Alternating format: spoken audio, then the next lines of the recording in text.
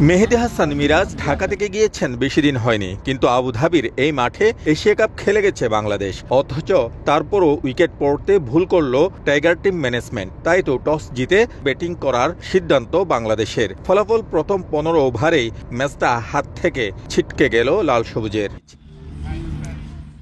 বাকিটা সময় হৃদয় মিরাজ স্কোরবোর্ড সচল রাখার চেষ্টা করেছেন প্রাণপণ, কিন্তু শেষ রক্ষা হয়নি। হারের পর তাই রাগ ঢাক না করেই বাস্তবতা স্বীকার করে নিলেন হৃদয়। জানালেন উইকেট কঠিন ছিল ব্যাটারদের জন্য। আমাদের একটু বোর্ডে 40 রান থেকে 50 রানের মতো শর্ট ছিল।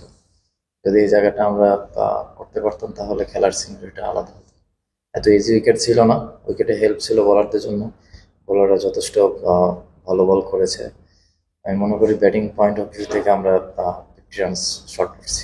এই সিরিজে প্রতিপক্ষকে হোয়াইট ওয়াশ করতে পারলে সুযোগ ছিল 2027 ওয়ানডে বিশ্বকাপের বাছাই পর্ব এড়ানোর, কিন্তু সেই আশায় এখন ঘুরে বালি। যদিও এত দূরের পথ নিয়ে চিন্তা করতে রাজি নন হৃদয়, আগাতে চান ধীরে সুস্থে। এখনও আশাবাদী সিরিজ জয়ে।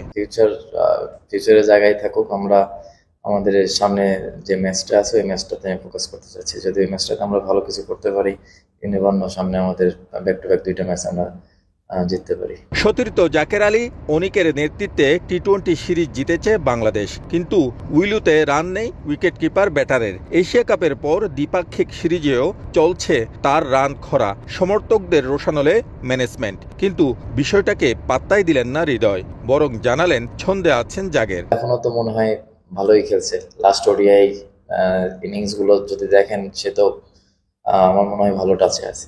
আপনাদের সমস্যা মনে হয় আমার কাছে যে একটা ফরম্যাটের সাথে আর একটা ফরম্যাট আপনারা কম্পেয়ার করেন। আমার কাছে মনে হয় সে যথেষ্ট ভালো অবস্থায় আছে। 11 অক্টোবর সিরিজের দ্বিতীয় ম্যাচে মুখোমুখি হবে দুই দল। আফগানিস্তানের সাথে ওয়ানডে সিরিজের প্রথম ম্যাচেই ধাক্কা গেল বাংলাদেশ, আর বাকি আছে দুটো ম্যাচ।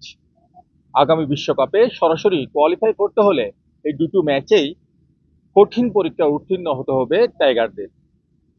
শিবলাল সাদিক, সময় সংবাদ, আবুধাবি ক্রিকেট স্টেডিয়াম, সংযুক্ত আরব আমিরাত।